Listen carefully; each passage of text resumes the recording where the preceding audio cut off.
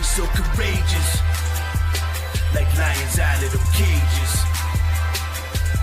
We so courageous, like King Kong in his rages.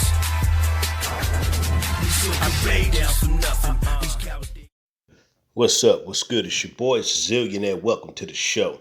You're new to the channel, you know what to do. Subscribe, hit that notification and all that good stuff. Now, this AHMAUD Arbery case, which has gone international, and I'm glad that it has. But what blows my mind is the people that's justifying this shooting. Okay, number one, these guys didn't have to get guns, hop in a truck, follow him, then jump out the truck with a gun. Okay? That right there lets me know y'all were hunting him down and y'all wanted a reason to shoot and kill him like they do the majority of black men. They look for a reason to kill us, okay? This man was jogging, had no weapon on his hand. And even though he went to check out a house, he didn't steal anything or nothing. Even the homeowner spoke out and said, hold on, he didn't steal nothing out the house, none of that, he looked in and he looked out and he left, okay? But you got some sick, demented people, because you got to understand, there's still a form of racism that's still here.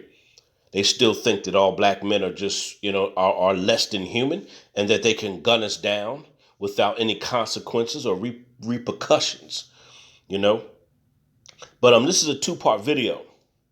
And the first video is going to expose the corruption in this dirty guy right here, Greg McMichaels, okay? First of all, he was on a corrupt police force, whereas he wasn't supposed to carry a gun and everything else. But the video is going to expose how the DA and everybody else are dirty and corrupt. And they also covered up past murders and crimes on this Georgia police force. Okay, it's going to expose all this corruption. The first video is going to expose that I'm going to show you.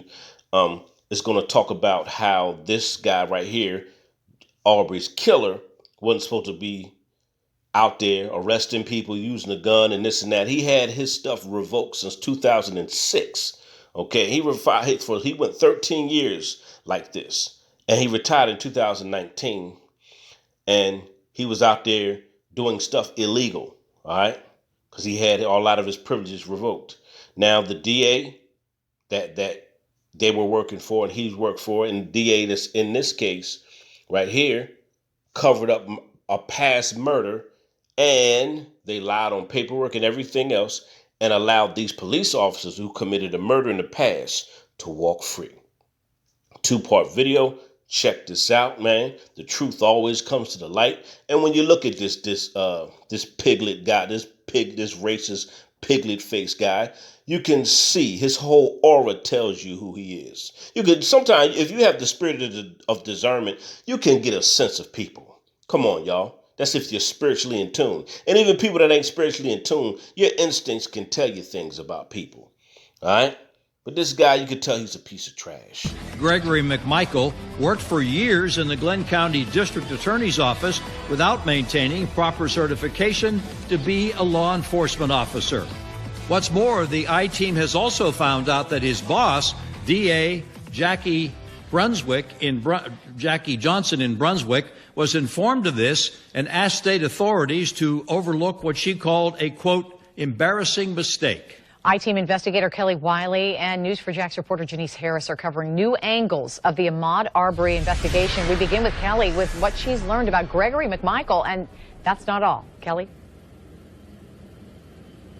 Yeah, at 5 o'clock, I told you that the Attorney General was now trying to open a DOJ investigation and GBI investigation into prosecutorial misconduct on the part of the Brunswick District Attorney and another district attorney involved in this case. Now we've been digging through the personnel file of Gregory McMichael, who worked here at the Brunswick District Attorney's office, and found that DA Jackie Johnson intervened on his behalf before when he was having serious issues with his training and certification.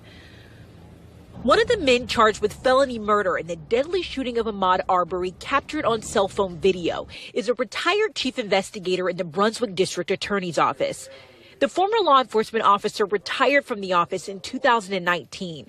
Personnel files obtained by the News4JAX I-Team today show in 2014, Chief Investigator Greg McMichael and his boss, DA Jackie Johnson, learned he was not properly certified to be a law enforcement officer after failing to maintain annual training hours with Georgia Post. That's the agency that certifies all law enforcement officers in the state. Specifically, McMichael lacked firearms qualification and use of deadly force courses. A memo inside his files show McMichael said he knew he had been behind in hours, but recently discovered that he had not had arrest powers since January 2006. In the 2014 letter about the situation, an investigator told DA Jackie Johnson, quote, in 3 of the years listed, Greg failed to qualify or have the use of force training, and that because he had not had arrest powers since 2006, liability of improper actions by Greg would fall on him, the district attorney's office, and you personally, referring to DA Jackie Johnson. McMichael told investigators the lapse in training was due to 2 heart attacks, his wife's cancer,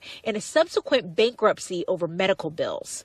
McMichael was ultimately granted a waiver from Georgia Post after Jackie Johnson personally addressed the council on his behalf. After Post granted the waiver, Johnson wrote the director saying, "This situation has been a great embarrassment to me and investigator McMichael and had negatively impacted her office." Personnel files show that ultimately in 2018, he had another issue with missed training hours. Post issued McMichael an emergency suspension. They pulled his certification, took his badge, gun, and police car, and he was reassigned to desk duty at the Camden DA's office. He worked there for months until he retired in 2019. Our News4JAX I-Team also learned that Georgia Post has since opened up an ongoing active investigation into McMichael again. And keep in mind, he's been retired since 2019. They would not say what this investigation is into, but we are working to learn more. Something of note, we reached out to the Brunswick District Attorney's Office to ask about this information we found about his certification and training in the personnel file. We have yet to hear back. But one of our specific questions was if he had made any arrest during that period of time that he did not have arrest powers. We are working to learn that information. Reporting live in Brunswick, Kelly Wiley, Channel 4, the local station. Times the cover-up was worse than the crime, and the crime was bad enough. 4 former prosecutors are speaking out tonight, accusing their former boss of intentionally mishandling this horrific police shooting. And as a Channel 2 Action News Atlanta Journal-Constitution investigation exposed this summer, the South Georgia District Attorney took extraordinary measures to help clear those officers. Investigative reporter Jody Fleischer here with why many on the DA's staff thought her actions were over the line. Justin, the GBI agent who supervised this investigation told us Caroline Small's killing was the worst police shooting he'd ever seen. In July, we exposed records showing how the district attorney who took those officers to a grand jury stacked the deck in their favor. Our reporting prompted several of her former prosecutors to come forward in an effort to right the wrongs that have troubled them for 5 years. This makes me angry. She's giving them. There was no one in our office given this. Former Glynn County Prosecutor David Peterson could not believe the records our investigation uncovered. District Attorney Jackie Johnson, his former boss, had made a deal with 2 police officers she was supposed to be considering charging.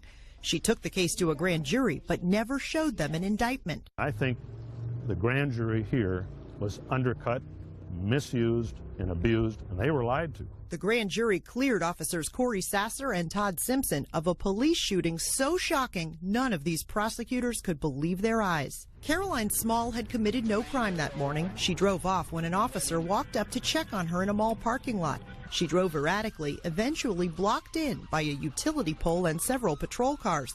On video, one officer said if she moved again, he was going to shoot her. Then they did. This was a murder and was covered up. Jonathan Miller resigned to run against Johnson in 2012, in part because of her handling of this case. He said it still troubles him. There's 2 little kids out there that don't have a mama. She deserves her day in court. Keith Higgins was a senior prosecutor in Johnson's office. He's broken down in tears over how the justice system failed. It has affected me very deeply in that regard, in that someone was very brutally killed unnecessarily, and nothing has been done about it. He says the officers' claims that they feared for their lives did not hold up against the video and other evidence. The Glen Police Department took extraordinary steps to protect its officers, creating this inaccurate animation.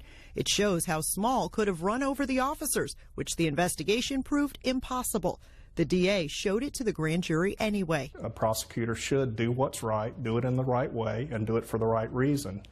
Ms. Johnson failed to do any of those in this case. He says with no indictment presented, the officers had no right to be in the grand jury room. Johnson also allowed their attorneys to speak, which is unheard of, and she'd given them all of the evidence 2 months earlier. So who the hell is representing the public? Who the hell is representing Carolyn Small? Johnson excluded those who best knew the evidence, fired colleagues who wanted the case prosecuted, and even a victim's advocate who questioned the lack of indictment. We were frozen out of it. That was abnormal. Peterson, who is also an ex-cop, believes Johnson violated prosecutorial ethics and betrayed her duty to uphold justice. He says she should be impeached. Sometimes the cover-up was worse than the crime, and the crime was bad enough. The former prosecutors are now calling on the governor and attorney general to review the case in hopes that the GBI will reopen it. Jackie Johnson declined our request for an interview, but sent a statement saying she took her oath seriously when she presented the case to the grand jury. She did not address any of the specifics from our investigation. So give us a little something deeper here, Jody. What's the motivation here? Why would she go to these extremes? Well, it's possible she may have just seen it differently than those other prosecutors, but they also say she was so concerned about damaging her relationship with the police department that it created a conflict of interest. Now remember, she is elected in a very pro-law enforcement community. All right, Jody Fleischer, thank you for that. Caroline Small's family did file a civil suit in federal court that was dismissed by a judge, never went to jury. The two officers both remain in law enforcement today. Get 'em. He's so courageous, like lions out of them cages. He's so courageous, like King Kong in his rages. We're so courageous, like lions out of them cages. We're so courageous, like King Kong in his rages. We're so courageous. I lay down for nothing.